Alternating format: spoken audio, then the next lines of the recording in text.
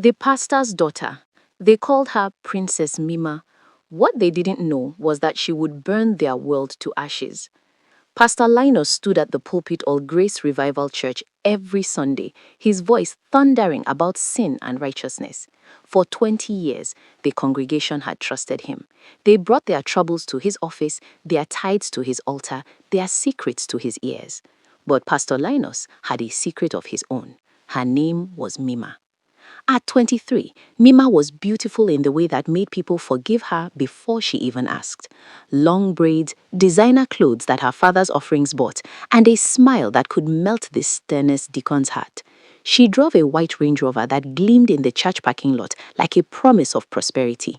She's just young, Pastor Linus would say whenever anyone dared to whisper about her. She'll grow out of it. But Mima wasn't growing out of anything. She was growing deeper into everything wrong.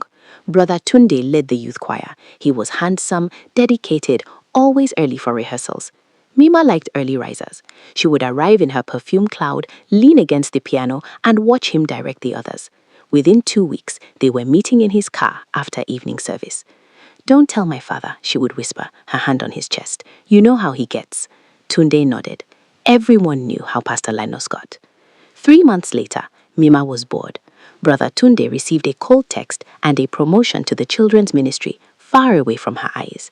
Next came Dikal Femi from the technical department, then Brother Kenneth from ushering, then Pastor Junior, who handled the midweek services. Each one thought he was special. Each one was sworn to secrecy. Each one was quietly reassigned when Mima moved on, the church elders whispering among themselves, but never speaking loud enough for anyone else to hear. "We must protect the ministry," Elder Boyega said during their private meetings. "Think of what the congregation would say. Think of the shame." So they thought of the shame and they covered. They moved the men around like chess pieces, creating distance, manufacturing excuses. The church grew, the offerings increased, and Mima's Range Rover got newer every year.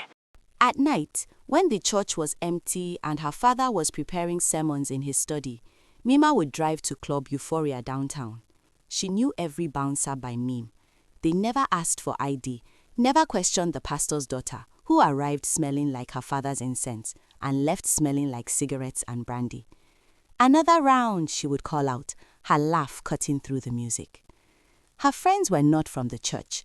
They didn't know about Sunday morning Mima, who sang in the choir, who hugged the old mothers, who read scripture with innocent eyes.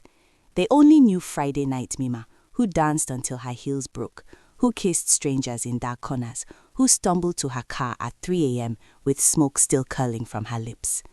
Once, Sister Patience from the Women's Fellowship saw her. She had been driving past, coming home late from her shop, and there was Mima, emerging from the club, cigarette in hand, laughing with a man who was definitely not from church. Sister Patience went to Pastor Linus the next morning. "I must have been mistaken," she said 2 days later when asked about it again. Her voice was flat, her eyes were tired. The church had just approved a loan she desperately needed. It was dark, could have been anyone. But then came Brother Matthias. Brother Matthias was different. He was 35, married to Sister Joy, and they had 2 small children who sat in the front row every Sunday, perfect and smiling. He ran the church's finance committee. He was steady, serious, the kind of man who ironed his own shirts and arrived everywhere exactly on time. Mima saw him as a challenge. It started with questions about the church accounts. She would visit his office, lean over his shoulder to look at spreadsheets, let her perfume fill the small room. "I want to understand the ministry better," she said. "Daddy says I should learn." Brother Matthias tried to maintain distance. He would step back when she came close, keep his eyes on his computer screen, mention his wife in every conversation. But Mima was patient with this one. She liked the chase.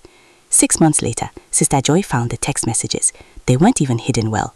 Mima had never needed to hide anything before. The confrontation happened in the church parking lot on a Wednesday night. Sister Joy's voice carried across the empty cars, raw and breaking. "How could you, with the pastor's daughter, in the house of God?" People came running. They found Sister Joy with her phone shaking in her hand, Brother Matthias with his head down, and Mima leaning against her Range Rover, examining her nails. Pastor Linus arrived within minutes. So did the elders. Inside, Pastor Linus amended, "We handled this inside."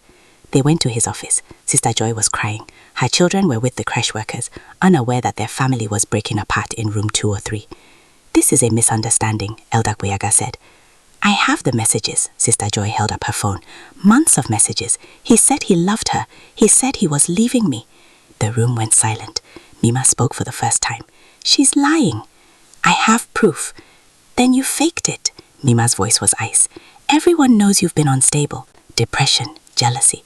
Brother Matthias told me you've been accusing him of things for months. Brother Matthias looked at the floor. He said nothing. Pastor Linus stood. Sister Joy, you're clearly unwell. We'll arrange counseling for you. As for these accusations against my daughter, I will not allow slander in this church. Brother Matthias has served faithfully. Mima has been raised in the fear of God. This conversation is over. But over. Sister Joy left the church that night. She took her children. Brother Matthias filed for divorce 3 weeks later. The congregation was told it was because of Sister Joy's mental health struggles, her inability to submit, her abandonment of her Christian duties.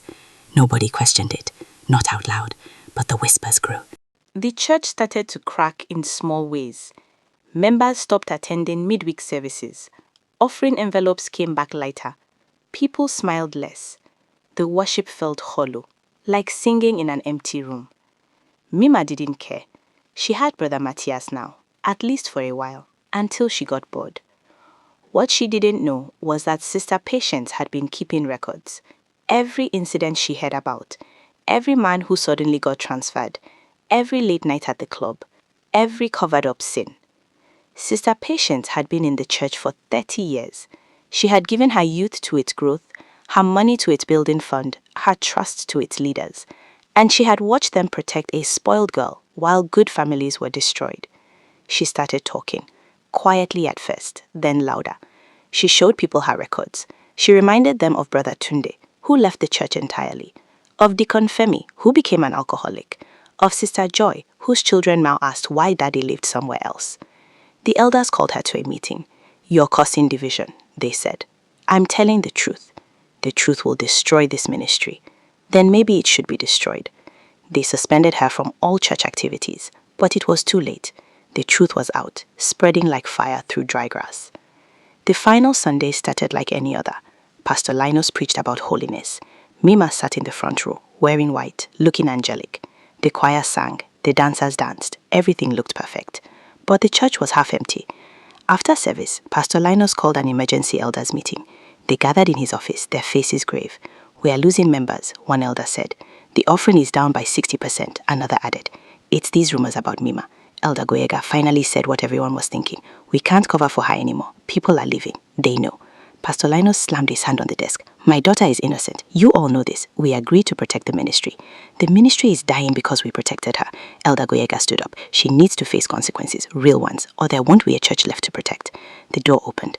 Mima stood there. She had heard everything. For the first time in her life, she saw something in her father's eyes she'd never seen before. Not anger, not protection, but calculation. He was weighing her against the church, and for the first time, she wasn't sure which way the scale would tip. "Get out," her father said quietly. "Daddy," I said, "get out, Mima." She left. She got in her Range Rover and drove. Not to the club, not to any of her boyfriend's houses. She drove and drove until she couldn't think anymore. When she came back, it was 3 in the morning. The church building was dark and quiet. She sat in the parking lot, smoking a cigarette, looking at the structure her father had built, the place that had protected her, covered for her, lied for her. And she realized she hated it. She hated the hypocrisy. She hated being the secret that everyone kept. She hated that they protected her but despised her. She hated her father for choosing the building over teaching her better. She hated herself for becoming someone even she couldn't recognize.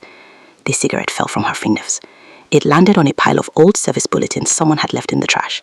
She watched the paper catch fire. She should have stamped it out, should have called someone, should have done a lot of things. Instead, she got in her car and drove away. Smoke. The fire had spread to the church entrance. By the time the fire trucks arrived, half the building was engulfed. By dawn, Grace Revival Church was a blackened skeleton of what it had been.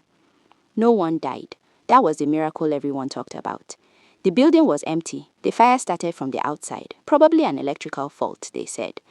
A cigarette carelessly thrown, others whispered. Pastor Linus stood in the rooms the next morning, watching smoke still rising from what used to be his pulpit. The congregation gathered round, some crying, some silent. Mima's Range Rover was found abandoned at the airport. She left her phone behind. No note, no explanation, just gone. The police investigated. The insurance company investigated.